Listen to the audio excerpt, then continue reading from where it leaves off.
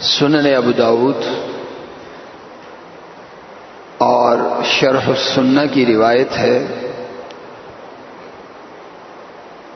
حضرت عمر بن شعیب اپنے والد سے اور وہ اپنے دادا سے روایت کرتے ہیں کہ جناب رسول کریم صلی اللہ علیہ وسلم نے ارشاد فرمایا، مروا اولادکم بالصلاۃ وهم ابناء 7 سنین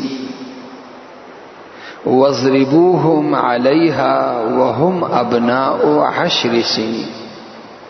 جناب رسول کریم صلی اللہ علیہ وسلم نے ارشاد فرمایا، جب تمہارے بچے 7 سال کے ہو جائیں تو انہیں نماز پڑھنے کا حکم کیا کرو، آرڈر دیا کرو،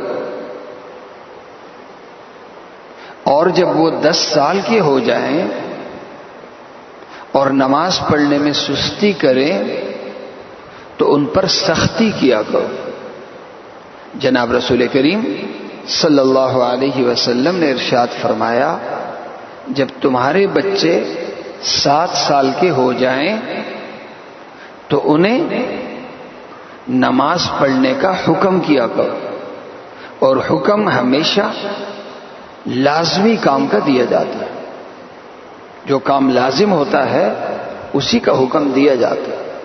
حالانکہ ابھی بچہ ہے 7 سال کا، بالغ نہیں ہوا، بالغ ہونے پہ احکام فرض ہوتے ہیں، ابھی فرض نہیں ہوا، لیکن پھر بھی بتایا جا رہا ہے کہ نہیں، بچے کی تربیت کے لیے اسے فرض ہی سمجھو، کیونکہ یہ بچے کی تربیت کی بنیاد ہے۔ جس طرح ایمان کی بنیاد لا الہ الا اللہ محمد الرسول اللہ ہے، ایمان کی بنیاد اسلام یعنی عملی ایمان کی بنیاد نماز پہ ہے۔ نماز پہ اس کا مزاج آ جائے، اس کے لیے ضروری ہے کہ بچے کو یہ تصور دو کہ بیٹا سب سے لازم، سب سے ضروری عمل تیرے لیے میرے ہاں کچھ نہیں ہے سوائے نماز۔ 7 سال کا ہو تو آرڈر جس چیز کا کرنا ہے وہ نماز کا۔ اب آرڈر زبانی ہے، کہا جا رہا ہے، اب بھی 10واں سال شروع ہوا کہ پھر بھی نہیں پڑھ رہا یا سستی کر رہا ہے، تو فرمایا اگر وہ سستی کر رہے ہوں تو ان پر سختی کرو۔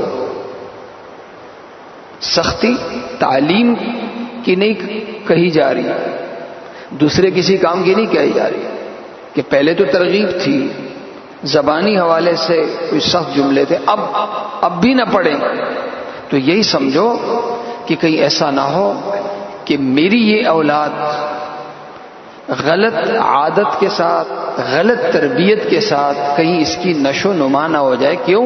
اس لیے کہ بنیاد میں نماز نہیں ہے۔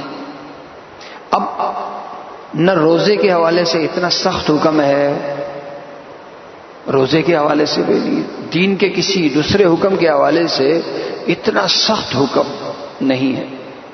سخت حکم اگر ہے تو صرف نماز کے حوالے سے۔ یہ کیوں ہے؟ وجہ یہی ہے کہ نماز کا ایک شخص پابند ہے تو وہ ہر نیکی کا پابند، نماز کا اگر پابند نہیں ہے تو وہ کسی نیکی کا بھی پابند نہیں۔ نماز وہ انقلابی نیکی ہے جو ایک نمازی